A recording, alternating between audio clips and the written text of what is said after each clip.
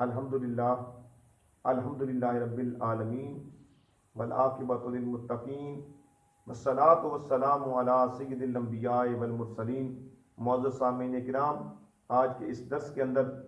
ہم حضور نبی رحمت صلی اللہ تعالی علیہ وسلم کے فرمان عالی شان کی روشنی میں اس چیز کو واضح کریں گے کہ جب انسان گناہ کرتا ہے، جب انسان کسی برائی کے اندر مبتلا ہوتا ہے، جیسے جیسے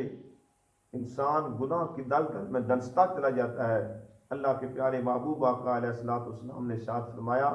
کہ بندے کے دل پر ایک سیاہ نقطہ بن جاتا ہے، اور جوں جوں وہ بندہ گناہ کرتا چلا جاتا ہے وہ سیاہ نقطہ جو ہے وہ بڑھتا چلا جاتا ہے۔ پھر ایک مقام ایسا آتا ہے کہ جب انسان مکمل گمراہی اور بے راروی کا شکار ہو جاتا ہے، جیسا پوری زندگی کا ایک لمحہ بھی گناہ کے بغیر نہیں گزرتا، اسی طرح اس کا پورا دل جو ہے وہ اس سیاہ نقطہ اس کو گھیر لیتا ہے۔ تو حضرت حضور نبی رحمت صلی اللہ تعالی علیہ وسلم کی بارگاہ میں حضرت عبداللہ بن عمر رضی اللہ تعالیٰ عنہ اس کے راوی ہیں، وہ فرماتے ہیں کہ رسول اللہ صلی اللہ تعالی علیہ وسلم نے ارشاد فرمایا، عن ابن عمر قال قال رسول اللہ صلی اللہ تعالی علیہ وسلم ان هذه القلوب تصدع کما یصدع الحدید۔ حضور علیہ الصلوۃ والسلام نے ارشاد فرمایا کہ بنی آدم کے قلوب پر اس طرح جب وہ زنگ پڑ جاتا ہے کہ جس طرح پانی لگ جانے سے لوہے پر جب زنگ لگ جاتا ہے۔ تو حضور علیہ الصلوۃ والسلام کی بارگاہ میں عرض کیا گیا کہ یا رسول اللہ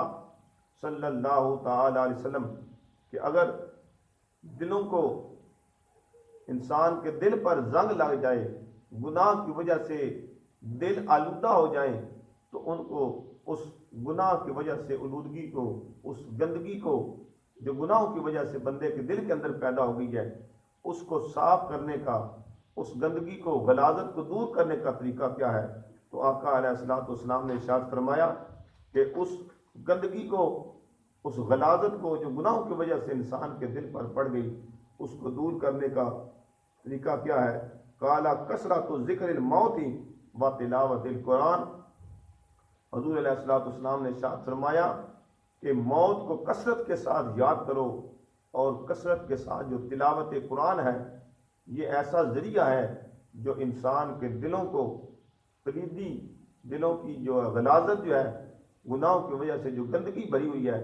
وہ یہ دونوں چیزیں انسان کے دل کو صاف کر دیتی ہیں۔ لہذا اس حدیث مبارکہ سے ہمیں یہ سبق ملا کہ جب انسان گناہوں کی دلدل کے اندر اس قدر گر جاتا ہے کہ اس کا دل سوائے برائی کے کوئی سوچتا ہی نہیں، اس کے دل کے اندر کوئی بھی خیال سوائے گناہ کے، برائی کے، اللہ کی نافرمانی کے کوئی چیز آتی نہیں، تو اس صورت میں اگر انسان یہ چاہتا ہے کہ میرا دل اس گناہ سے پاک ہو کر مالک کائنات کی تابعداری کرے، اس کے پیارے محبوب آقا علیہ الصلوۃ والسلام کے حکم کا پابند بن جائے، تو دو طریقے رب کائنات کے پیارے محبوب آقا علیہ الصلوۃ والسلام نے ارشاد فرمائے۔ وہ دو طریقے کیا ہے کہ ایک موت کو کثرت کے ساتھ یاد کیا کرو، اور دوسرا طریقہ حضور علیہ الصلوۃ والسلام نے ارشاد فرمایا کہ کثرت کے ساتھ اللہ کے پاک کلام کی تلاوت کیا کرو۔ قرآن مجید کی تلاوت زیادہ سے زیادہ جو ہے وہ دل کے زنگ اور دل کی آلودگی جو ہے اس کو صاف کرتی ہے۔ اللہ کریم ہمیں کثرت موت، یعنی موت کو زیادہ سے زیادہ یاد کرنے کی توفیق عطا فرمائے، اور زیادہ سے زیادہ